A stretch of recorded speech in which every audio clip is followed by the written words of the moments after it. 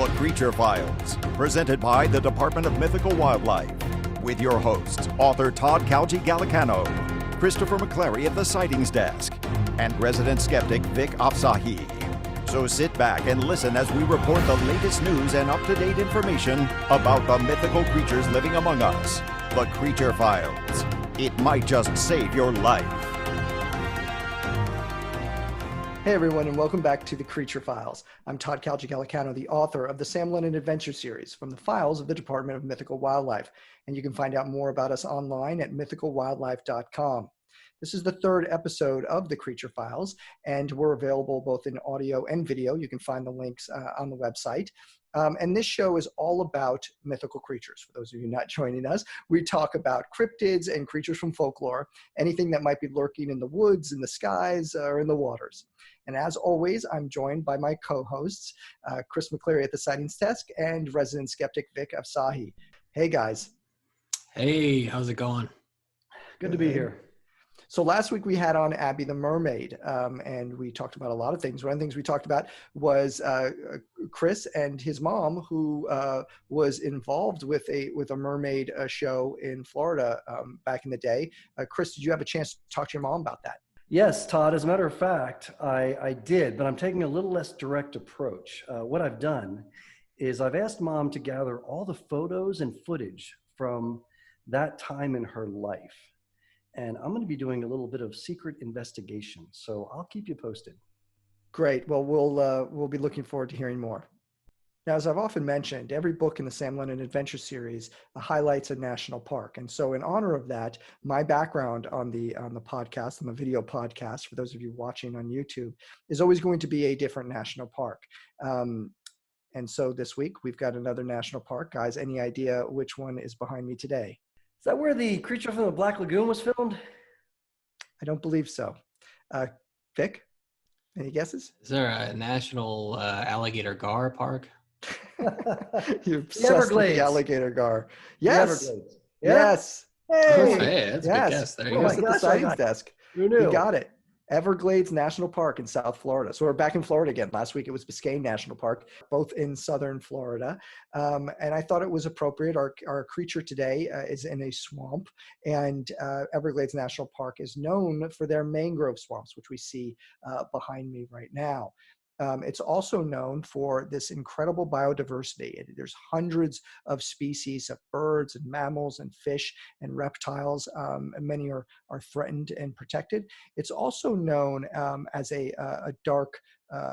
designated dark sky site. What that means is there's very little light pollution, so you can really see the stars at night from Everglades. The same is, it's also that way with Death Valley National Park. They're also known as a dark sky site.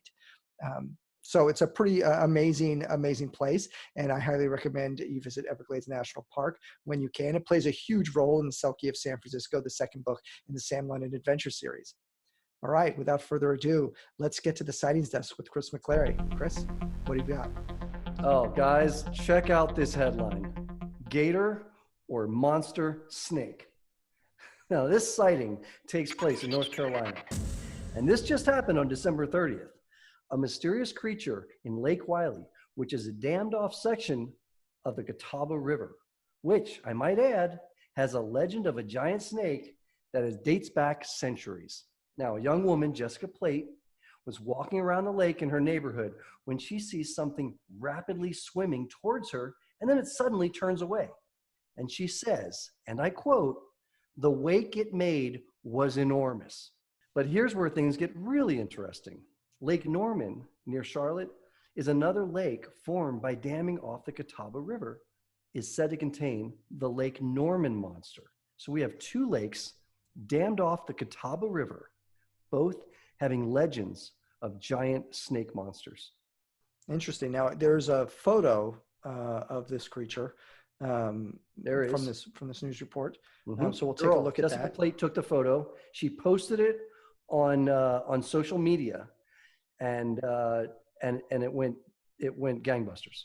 So we'll take a look at that photo. Basically, it's pretty dark. It looks like there's a couple of humps coming out of the water, but it's very difficult to see. Now, I will say, much like the Ogopogo in our last episode and Bigfoot in the episode before that, there are some connections to the indigenous people of the area. So the Catawba Nation, which is the indigenous people of that area, Catawba River, also had a creature in their folklore, multiple river monsters, and one involved a monstrously large snake that preyed on people. So that's another interesting aspect of the story, that this is not something that was just recently seen, but this was actually something also that had been thought to be lurking in these waters way back when. Vic, what do you have to say about it? Yeah, I give credit to the photographer in this case because it's a little bit better than what we're accustomed to so far in the creature files. You do see the head of something that's moving through the water, and there's some very clear movement, and there's a bit of a wake, but I'm afraid this is nothing more than still a blurry mess. And one day we might have the technology to actually take a clear photo of a creature. Chris, did you want to respond? Yeah, now I think I'm seeing a little more than Vic in this case, in this particular case, because I am seeing the head, as Vic mentioned, but I don't think that we have the entire creature in the shot. See, it seems to curve back and then go off camera as it's sort of slithering as an S shape in the water. So it's hard to say how big it is because we don't have like something in the frame as a reference point for the size. And I believe that the body is going further off camera. So it could be a lot longer than we even realize. All right, everyone, it's time for the creature feature. And this episode's featured creature is the lizard man of Scape or Swamp. Now, Scape or Swamp is in Bishopville, South Carolina. That's about 50 miles east of the state capital of Columbia. Now, it all started in the fall of 1987 when a man by the name of George Holloman Jr. Was biking alongside Scape or Swamp, on a road alongside Scape or Swamp, and he stopped for a smoke break and spotted a most unusual sight, a 7 to 8 foot tall reptilian humanoid that had red glowing eyes. Now, the creature stood there for a spell, but then got spooked when a car passed and it headed back into the swamp. Now, there was another sighting several months later on June 29th, 1988. And this was the one that made national and international news. It was a huge story. This was 17-year-old Christopher Davis was driving home from work about 2 a.m. when he had a tire blowout on a road alongside Scape or Swamp. Now he changes the tire, and suddenly he hears thumping sounds. Thump, thump, thump. He turns, and he finds a humanoid lizard running towards him. This creature had those same red glowing eyes. Now, Christopher, understandably freaks out and he tries to escape. And the creature, this lizard man creature, attacks the car, latches onto it. Now, the creature eventually gets thrown off. And when Christopher gets home, he finds his side view mirrors badly damaged and there are scratch marks on his roof. Now, Christopher described the creature as having 3 big fingers, long black nails, and green rough skin. After his sighting, there were several more that came in, all involving scratches and bite marks found on cars near the swamp. A few weeks after the Davis sighting, Tom and Mary Wayne reported that their car had been attacked as well. And the sides of their doors were gashed out and dented. Their hood was damaged. There were parts of their engine that had been pulled out. And there were also footprints at the scene, 3-toed footprints. Police investigated and even made several plaster casts of the footprints, which measured about 14 inches in length. They were later analyzed, apparently, and were said to be unclassifiable. Now, in the years between 1987 and now, there have been multiple sightings, some more credible than others. There was one by a soldier from the Army Corps of Engineers, one from a deputy and a state trooper. And in 2015, a woman took a photo of what she believed to be a lizard man. And also that same year, a man came forward with what he believed to be video of the lizard man. It was about 20 seconds of a dark figure with tail at Scape or Swamp. So what's the real story behind this legend? Well, let's find out with an expert. We are honored today to have with us Dr. John Stamey. Dr. Stamey is a celebrated researcher and author in the field of cryptid hunting. His books include Bigfoot Hunting and An Introduction to Hominology, Look Up in the Sky, UFOs, Aliens, and Anomalies, and Lizardman Festival Coloring and Storybook, which he'll be talking more about with us today. He has been a featured speaker in various cryptid-related conferences and runs the South Carolina Lizardman Festival. He is one of the experts on the Lizardman, so it's a real treat for us to have him on the Creature Files today. Thank you, Dr. Stamey, for joining us. Hello, and thank you very much for having me. I appreciate being on the show tonight. It's always fun to talk about one of my favorite topics, which is Lizardman. Let me tell you how I really got started in this whole business. Back when I was a kid, all we had was shock theater and professional wrestling on Saturday afternoons. So when I left college teaching, I had the opportunity to do some things that I'd never done before. One was create a podcast. It was called Pop Culture Stars. We had a fellow on there who had just finished producing a film called The Culture of Bigfoot. I was thrilled. It was so good to have him. And he talked about the upcoming 50th anniversary of the Patterson-Gimlin footage. It was going to be October 20th, 2017. So they were sitting there on the podcast talking, and I said, I know what I'm going to do. So I went and registered the domain name Tennessee Bigfoot Conference. And then I got the website up and running real quickly while they were talking, and I announced to everyone we were going to have the Tennessee Bigfoot Conference on October 20th, the 50th anniversary of the Patterson-Gimlin footage. We had it. We had a great time. I only had 8 weeks to put it on. It was the most fun I ever had doing an event because I do run a number of Comic-Cons and festivals. On my way back from Kingsport, Tennessee, because I live in Myrtle Beach, I was driving down the interstate. I passed Columbia, South Carolina, and hit exit 115. And there said Bishopville Highway 15. And all of a sudden, it's the biggest flashing light that ever went on my head. I said, oh, no, we don't have a Lizardman Festival in South Carolina. And so I immediately swerved over to the right-hand lane to turn off, almost clipped a car, got down there and found the Bishopville Chamber of, or the Lee County Chamber of Commerce. And I went there. They were closed. And I said, I'm going to go talk to these folks. We've got to have a Lizardman Festival. Well, about 8 months later, the first Lizardman Festival came to be, and we had it at the Cotton Museum. We had 700 people. We had Lyle Blackburn, my buddy. He is a very famous writer. He writes screenplays, works with Seth Breedlove, and he wrote the very first book that I was able to read called Lizardman, The True Story of the Bishopville Monster. I got to meet him. We talked, and I just became very interested in Lizardman because not a lot of people really have studied Lizardman since Lyle. So before the event, I put together a coloring and storybook, and it talked about such things as Chris Davis and that first sighting out on Browntown Road, and it talked about the incident at the Artesian Well near the bridge. It talked about Sheriff Liston Truesdale, who was a trained FBI agent and was the county sheriff and did a lot of the investigation. There were about 12 or 13 sightings of Lizardman over the period of 1988 to 1990. Now, not a lot happened in terms of news between 1990 and present day. We just recently had a couple years back that famous full solar eclipse. And I got to tell you what was great. It warmed my heart.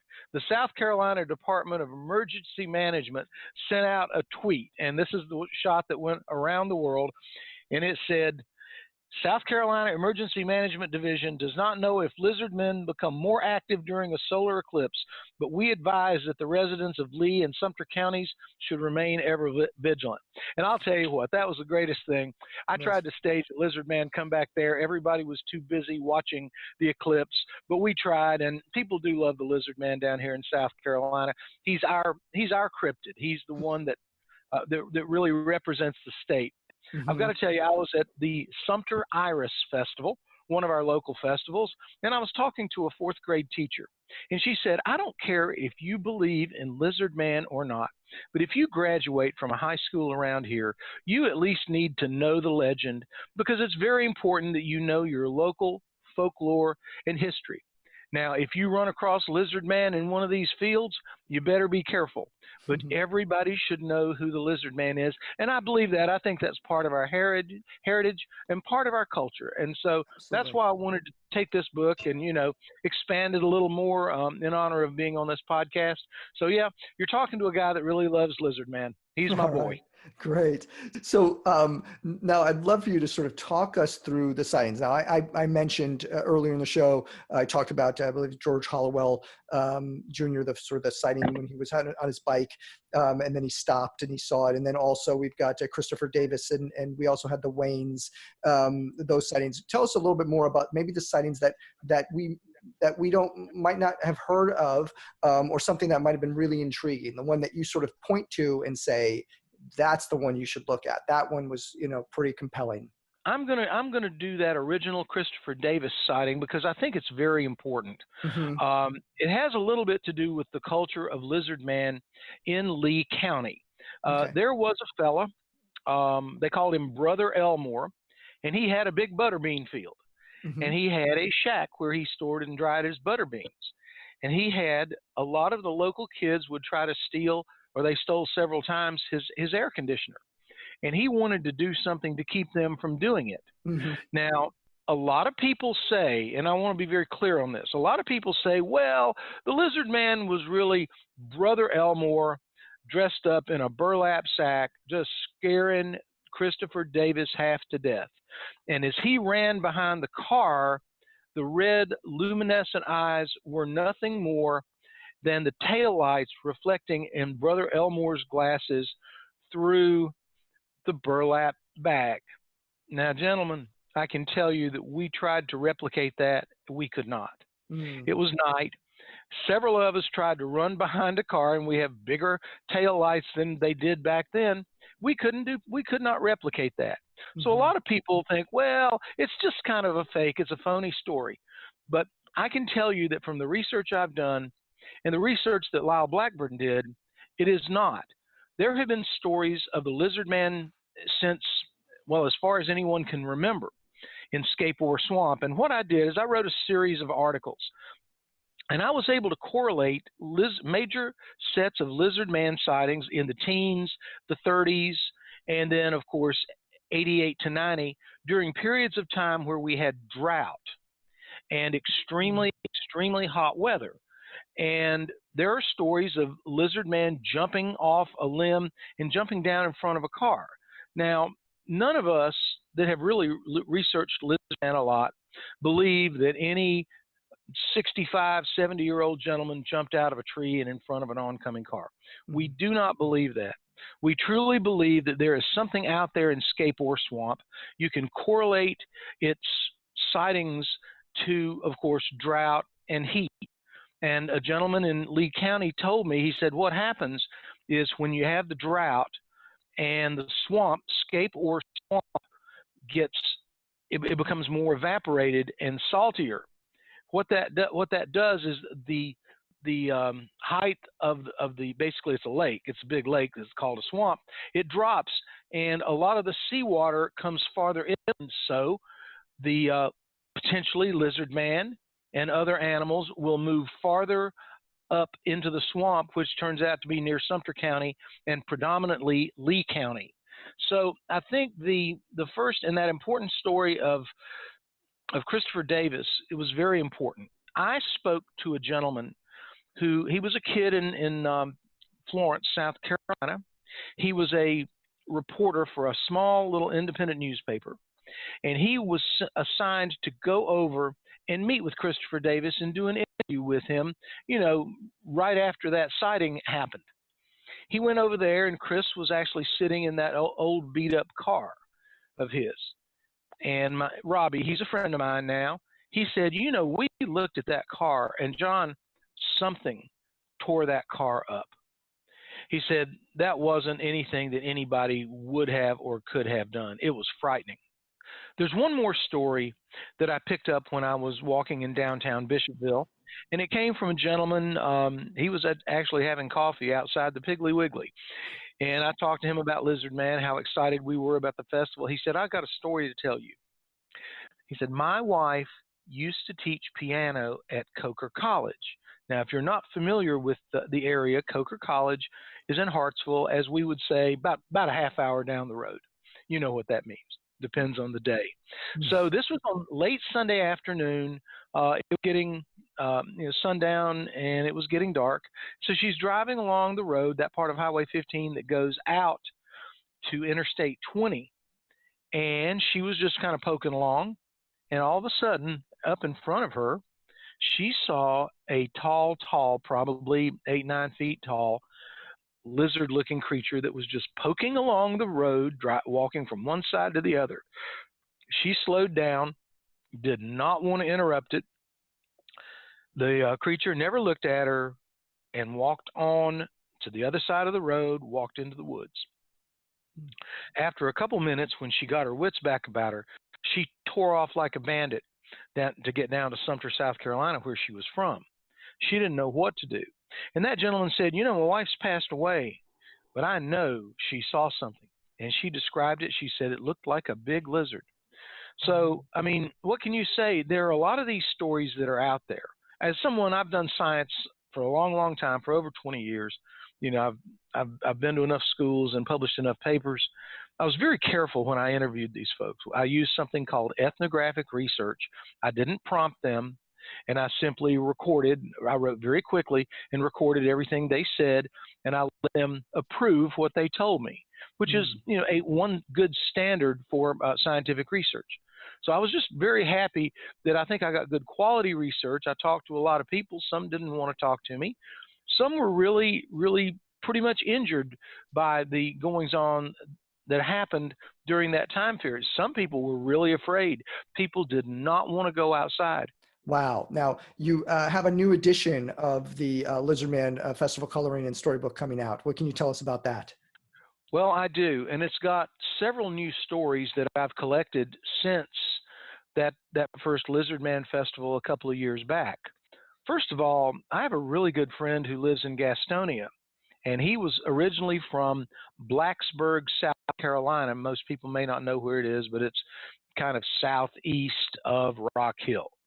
It's very rural, and he and his buddy were seniors in high school. They were getting in trouble like seniors might do, so they eventually got back into his friend's house. They went upstairs and crashed on one went on his bed and the other one went on the floor. My friend went on the floor, and then everything was quiet in the house. They were on the second floor. Then all of a sudden he heard some chains rattling on the outside.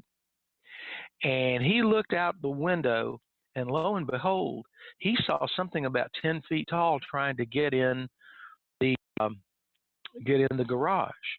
He watched for a while.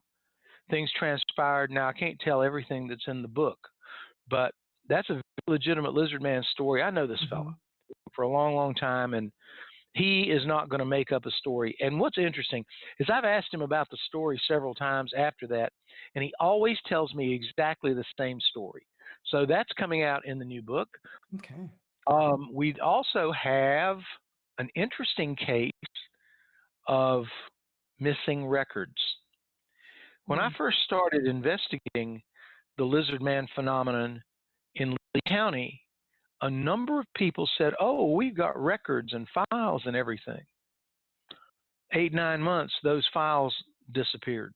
Now, there was some information about there being casts made, plaster casts made at some point. I think it was after the Waynes had a incident with their car being damaged by a lizardman, and that supposedly police had done some plaster casts of footprints that they had found.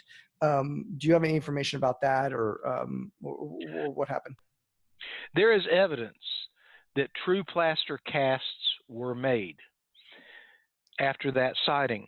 However, I have heard, this is word of mouth, but this is the best we've got, that the plaster casts in the Cotton Museum are not those casts. But a lot of us feel very certain that real casts were made, that real monsters were seen, and that people were absolutely petrified. Okay, let's get some questions from my co-host, Chris at the Sightings desk. Do you have any questions for Dr. Stamey? Thanks, Todd. Yeah, and thank you, Dr. John. This has been really, really interesting. I love hearing about this, and I'll be honest, I find it very hard to believe there aren't more sightings in other regions of the world. It seems like this is something that I would expect to be down in the Amazon as well, and places like that. So I wouldn't be surprised with a little digging if we wouldn't uncover some sightings in other parts of similar creatures. I had a couple of questions. Yeah, go ahead. First of all, I agree with you. And I think, first of all, if you think about Brazil, South America, I mean, there aren't a lot of people down there that are going to be reporting this. I believe in the United States and parts of Europe, I think we are over-reporting everything. I can tell you that in Australia, I have a good friend. He has done a lot of cryptid hunting, and there are a lot of cryptids down there, and they are seen quite frequently. They just don't report them. One of the other things I wanted to bring up was this idea that, there are, chameleons, who's to say that the lizard man doesn't have the ability to change its color and to blend in with the background to such a degree that he could be hiding in plain sight. I have a story about that, and that comes from a state park just south of Aiken. And a friend of mine in the Augusta area, because Augusta and Aiken are right next to each other, he has a friend, they're both engineers. And when his friend heard that he was going to the Georgia Bigfoot Conference, the first thing he wanted to do was tell him his lizard man story. The kid at that time, he was about 11 years old, and he was walking out in the woods behind his house. And he was coming back in, it was getting toward dark, and he stopped. He didn't know why he stopped, and he looked down. There was a thing with a snout, teeth, and eyes, and it blended right into the first floor behind his house. Mm-hmm. And it growled. And he said he took off like mad, didn't care what he left behind. And that was an example of a lizard man, I believe, a lizard man type creature that was able to blend into the forest floor, the dark greens and the dark browns. So in terms of a chameleon, we don't know, but there might be some chameleon-like properties for survival. Okay, and now we'll go to our sort of resident skeptic, Vic Afsahi. Vic, do you have any questions for Dr. Stamey? Yeah, it's interesting. There's so many stories from so many different people, and I always tend to believe that where there's smoke, there's fire. In hearing so many stories over the years, is there like an agreed upon, or at least like a general rule of thumb of what the lizard man looks like the size and the height, and like is he like scaly? I mean, I know it can vary a little bit between hair and scales or something. It can. I think from the stories that I've heard, we're looking at 8 to 10 feet tall, and I think we're looking at dark brown scales.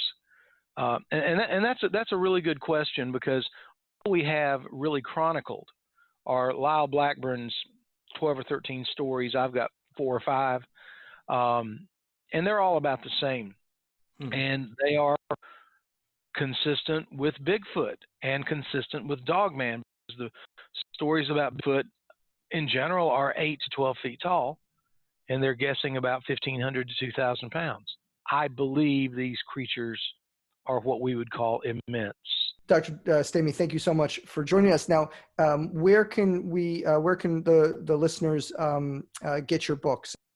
It's really simple. I guess I'm a glutton for punishment. I love podcasts. So on Thursday night, my favorite podcast is scarycast.com. All the new books will be up there when this airs. I'm getting new editions of 2 of them, and all 4 of them will be up there, and you can go there, click right over to Amazon. Thank you so much, Dr. Stamey, for joining us. This has been incredibly enlightening. We really appreciate your time, and please keep us up to date on what's going on, because we'd love to hear more. Well, I've got a couple of research projects on the way, so I'll let you know as soon as they get close enough that I could do some reporting. So I really appreciate being on here. I love being able to talk about what I enjoy doing. So you guys are the best, and thank you. Thank you so much. All right, guys. So we've heard from Dr. John Stamey, You've heard some of the research and the investigations he's involved in. Any final thoughts about the lizard man? Chris? Yeah, well, a lot of what he had to say does pass my gut test. There's just too much detail in all these accounts for it not to be something that's going on over there. Let me go to Vic, our resident skeptic. Vic, what do you have to say about Dr. Stamey and the lizard man? Yeah, it's interesting.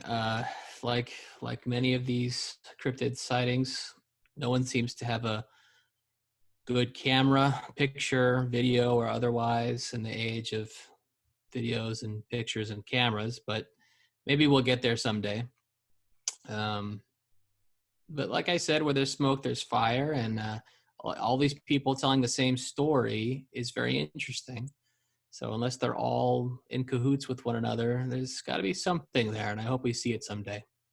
I want to thank you all for joining us for this episode of The Creature Files. I invite you to head to the website at mythicalwildlife.com to see the show notes and to vote in our poll. Do you believe the lizard man is real? Let us know. And you can also visit us on all our social media websites. We're on Facebook and Instagram and Twitter. We'll put all the information in the show notes and also right here on screen for those people watching on YouTube.